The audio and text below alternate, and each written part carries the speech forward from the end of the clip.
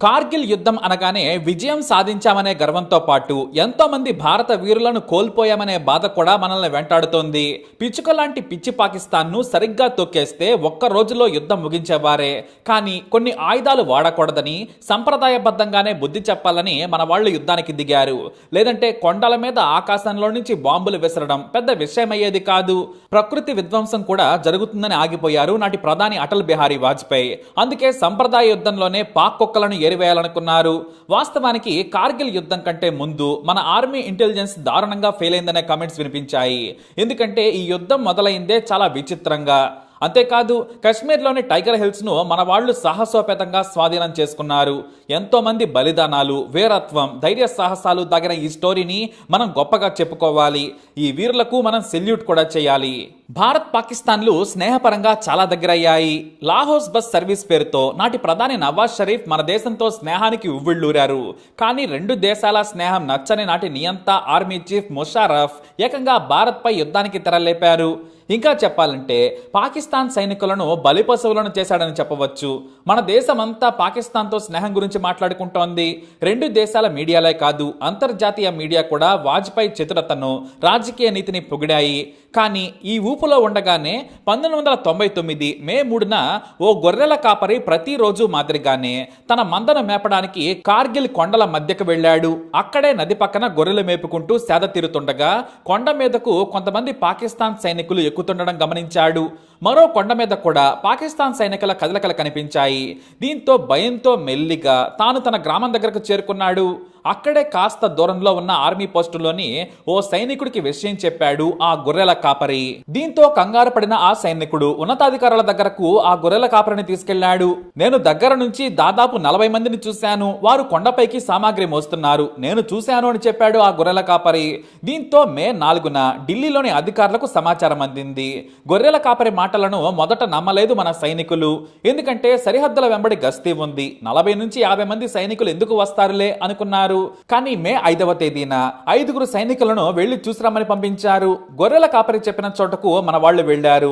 అక్కడ నిజంగానే పాకిస్తాన్ సైనికులు కనిపించారు. వెంటనే మన వాళ్ళు వారిని హెచ్చరించారు. మీరు కిందికి రావాలని వారిని కోరారు. కానీ ఆ నీచులు కిందికి వస్తున్నట్టు నటించి మన 5గురు సైనికులను అత్యంత దారుణంగా మాట్లాడుతూనే కాల్చి చంపారు. అప్పుడు గాని మన ఆర్మీ సైనికులు అలర్ట్ కాలేదు. ఒక్కసారిగా మన 5గురు సైనికులను చంపడంతో భారీ ఎత్తున కార్గిల్ ప్రాంతంలోకి పంపగా ప్రతి కీలకమైన కొండ ప్రాంతాన్ని స్వాధీనం చేసుకున్నట్లు గుర్తించారు. అప్పుడే ప్రధాని వాజ్పేయి మన దేశానికి సందేశం ఇచ్చారు. ఈ స్నేహం వెనుక ద్రోహం జరిగింది. మన 5గురిని చంపిన శత్రుమోకల తుపాకీ చప్పుళ్లు ఢిల్లీ వరకు వినిపించాయి. అదే తుపాకీ గొళ్లతో బుద్ధి చెబుతామని యుద్ధాన్ని ప్రకటించారు. అలా కార్గిల్ యుద్ధం మొదలైంది. యుద్ధంలో అత్యంత క్లిష్టమైన పరిస్థితిని ఎదుర్కొన్నారు. ఎందుకంటే శత్రువులు కొండపై ఉన్నారు, మన వాళ్ళు కిందున్నారు. 3 నెలలకు సరిపడా ఆయుధ సామాగ్రి వారి దగ్గర ఉంది. పైనుంచి సులువుగా కాలుస్తూ కొండ మీద ఉన్న మన వారిని దారుణంగా చంపటం ఉన్నతాధికారులను కలిచివేసింది. అందుకే ఒక్కో హిల్కు ఒక్కో మెరికల్ లాంటి యువ అధికారులను నియమించి ప్రత్యేక స్ట్రాటజీలను అమలు చేశారు. కానీ ఒక్కటి మాత్రం నిజం, మనం గెలుస్తాం, కానీ మనలో కొంతమంది ప్రాణాలు కూడా పోతాయి. కానీ శత్రువులు మాత్రం అందరూ చస్తారని తెలిసి మరి కథనోత్సాహంతో పాక్ కుక్కలను ఏరివేశారు మన సైనికులు. దాదాపు 84 రోజుల పాటు జరిగిన ఈ యుద్ధంలో దయచేసి మా వాళ్లను ప్రాణాలతో వదిలేసేలా సాయం చేయాలని నాటి పాకిస్తాన్ ప్రధాని అమెరికా సాయం కోరాడు. మొదట భారత్ను ఓడించేందుకు హెల్ప్ చేయాలని అమెరికాను, ఆ తర్వాత చైనాను కోరింది పాకిస్తాన్. కానీ భారత్ యుద్ధంలో మేము వేలు పెట్టాం, మాకు అవసరం లేదని చెప్పాయి. సరే, కనీసం కాల్పుల విరమణ పాటిస్తే తాము సంచులు సర్దుకొని వెళ్లిపోతామని ప్రపంచ దేశాలన్నింటినీ కోరింది పాకిస్తాన్. కానీ వారిని ఎవ్వరూ కూడా పట్టించుకోలేదు. ఇతర దేశాలకు కూడా పాకిస్తాన్ చేసిన తప్పును గుర్తించి మొహం మీదే తలుపులేశాయి. ఆ దౌత్యపు బాటలు మూసుకుపోతుండగానే మన వాళ్ళు ఒక్కో శిఖరాన్ని స్వాధీనం చేసుకుంటూ వెళ్లిపోయారు. మన సైనికుల వీరోచిత పోరాటంలో బుల్లెట్లకు ఎదురెళ్లి పాకిస్తాన్ సైనికులను చంపి మరీ మువ్వనెల జెండాను ఎగరేశారు. అయితే మనం ఎన్నో హిల్స్ స్టోరీస్ ను చూసాం, కానీ ఈ టైగర్ హిల్ కథ మాత్రం చాలా తక్కువ మందికి మాత్రమే తెలుసు. అయితే ఈ హిల్ ను స్వాధీనం చేసుకునేందుకు మన వాళ్ళు ఎంతో కష్టపడాల్సి వచ్చింది. ఇంకా చెప్పాలంటే ప్రాణాల త్యాగాలు చేయాల్సి వచ్చింది. వారి ప్రాణత్యాగంతోనే భారత జెండా కొండపై ఎగిరింది. టైగర్ హిల్ అనేది మనకు చాలా కీలకం. ఇక్కడ నుంచే పాకిస్తాన్ తీవ్రవాదులు ఎక్కువగా చొరబాట్లు చేస్తూ ఉంటారు. ఇక్కడ నిఘా చాలా కష్టంతో కూడుకున్న పని. చాలా సుదూరమైన ఈ కొండ ప్రాంతం చుట్టూ అడవి ఉంటుంది. రాళ్ల గుట్టలతో ఓవైపు, మరోవైపు దట్టమైన చెట్లు, అలాగే ఇంకోవైపు నదీ ప్రవాహం. ఒక కొండ మీద నుంచి మరో కొండకు శత్రువు వెళ్ళడానికి కూడా ఆస్కారం ఉంది. ఇక జూన్ లో కూడా ఇక్కడి చల్లటి వాతావరణంలో మరో ఇబ్బంది ఉంది. ద్రాస్ వ్యాలీ నుంచి చూస్తే టైగర్ హిల్ మౌంటైన్ రేంజెస్ కనిపిస్తాయి. మే నుంచి జూలై వరకు సుదీర్ఘంగా ఈ పోరాటం సాగింది. ఎందుకంటే మన వాళ్ళు డేంజర్ జోన్ లో ఉండి శత్రువులతో పోరాడాల్సి వచ్చింది. అలాగే ఈ యుద్ధం మొదలవక ముందు ఓ దారుణం కూడా జరిగింది. ద్రాస్ వ్యాలీ నుంచి పరిస్థితిని చూసేందుకు టీంతో వెళ్ళినా కూడా పాకిస్తాన్ సైనికుల ఆనవాళ్లు కనిపించలేదు. కానీ ఓ చోట బోట్ల అడుగులు కనిపించడంతో ఓ సైనికుడు కాస్త లోనికి వెళ్ళాడు. కానీ అతను తిరిగి రాలేదు. అప్పుడే అతని టీం పాకిస్తాన్ దళాలు భారీగా కొండపై ఉన్నాయని గుర్తించాయి. అయితే ఆ మరుసటి రోజే ఆర్మీ ఆఫీసర్ సౌరభ్ కాలియా అనే మన వీరుడిని దారుణంగా చంపి మొక్కలు చేసి కొండ మీద నుంచి కిందకి విసిరేశారు. దీంతో మొదటిసారి టైగర్ హిల్స్ ప్రమాదకరమైన ప్రాంతం అనుకున్నారు. ఇంకా చెప్పాలంటే నదిలో నుంచి ద్రాస్ వ్యాలీ నుంచి రోడ్డు కూడా ఉండడంతో 48 గంటల్లో టైగర్ హిల్ మన చేతికి వస్తుందనుకున్నారు. సౌరభ్ కాలియాను కిడ్నాప్ చేసి టార్చర్ చేసి మన రహస్యాలను తెలుసుకునేందుకు హింసించి చంపి మొక్కలు చేశారు దుర్మార్గులు. అంతేకాదు బంకర్స్ ఏర్పాటు చేసుకుని యుద్ధానికి అవసరమైన ఆయుధాలు, ఆహారం, నీరు మొత్తం దగ్గర పెట్టుకుని సిద్ధమయ్యారని గుర్తించారు అధికారులు. దీంతో మొత్తం యుద్ధంలో టైగర్ హిల్ పోరాటం మరింత సమయం తీసుకుంటుందని భావించారు. ఇక భారీగా ఆపరేషన్ అవసరమని గుర్తించారు. మొత్తం 2 యూనిట్లు 3 వైపులా కొండలను చుట్టుముట్టాయి. అంతేకాదు శత్రువులను చీల్చి చెండాడేందుకు బోఫోర్సులు చాలా ఉపయోగపడ్డాయి. వీటి వెనుక కుంభకోణం ఉందని ప్రతిపక్షాలు ఆరోపించినా ఇవే దేశాన్ని కాపాడాయని చెప్పవచ్చు.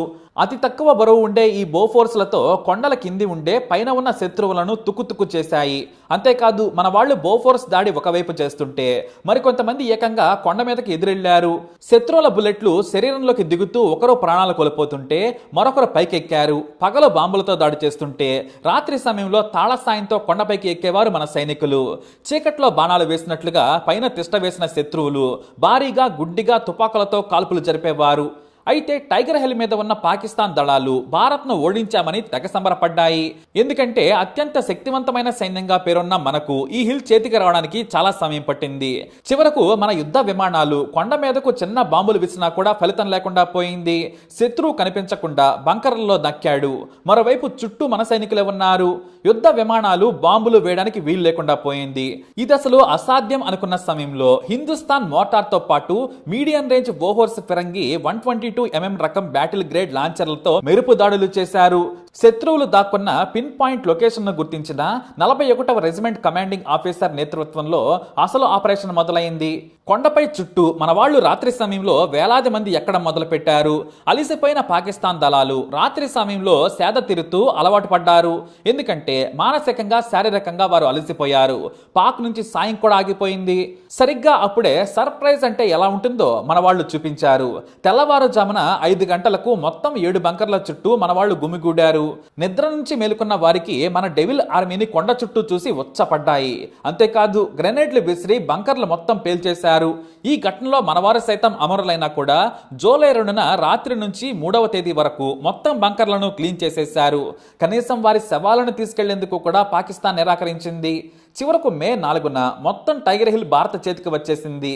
రోజుకు 24 గంటల విశ్రాంతి, నిద్ర లేకుండా కష్టపడి టైగర్ హిల్స్ ను స్వాధీనం చేసుకుంది భారత సైన్యం. అలా మిగతా వాటి కంటే కూడా ఎక్కువ రోజులు దీనిని స్వాధీనం చేసుకునేందుకు ఎక్కువ సమయం పట్టింది. కార్గిల్ వారిలో ఎంతో పేరున్న ఈ ఆపరేషన్ కు గుర్తుగా మన వారి ప్రాణత్యాగాలను సెల్యూట్ చేస్తూ ద్రాస్ లో వార్ మెమోరియల్ ను నిర్మించింది మన సైన్యం. ప్రతి ఏటా మన వీరులకు నివాళులు అర్పించి అక్కడ బ్యాండ్ పర్ఫామ్ కూడా చేస్తారు మన వాళ్ళు. అంతేకాదు సుందరమైన ద్రాస్ వ్యాలీని వదిలేయకుండా పర్యాటక ప్రాంతంగా తీర్చిదిద్దేందుకు ఏర్పాట్లు కూడా మొదలుపెట్టింది మన సర్కారు. కొంతవరకు సఫలమైంది కూడా. ఇప్పటికీ పాకిస్తాన్ నీచులు దొంగతనంగా చొరబడి ఏర్పాటు చేసుకున్న బంకర్లు అక్కడ కనిపిస్తూ ఉంటాయి. నాటి వీరుల త్యాగాలకు మనము సెల్యూట్ చేద్దాం. ఎందుకంటే మన దేశం కోసం శత్రువు బుల్లెట్లకు ఎదురెళ్లడం అంటే సాధారణ సాహసం కాదు. తోటి వారిని కాపాడుతూ దేశం కోసం ప్రాణాలు ఇచ్చిన వీరులందరికీ వందనం. వారిని కన్న తల్లిదండ్రులకు కూడా మనం సెల్యూట్ చేద్దాం. జై హింద్.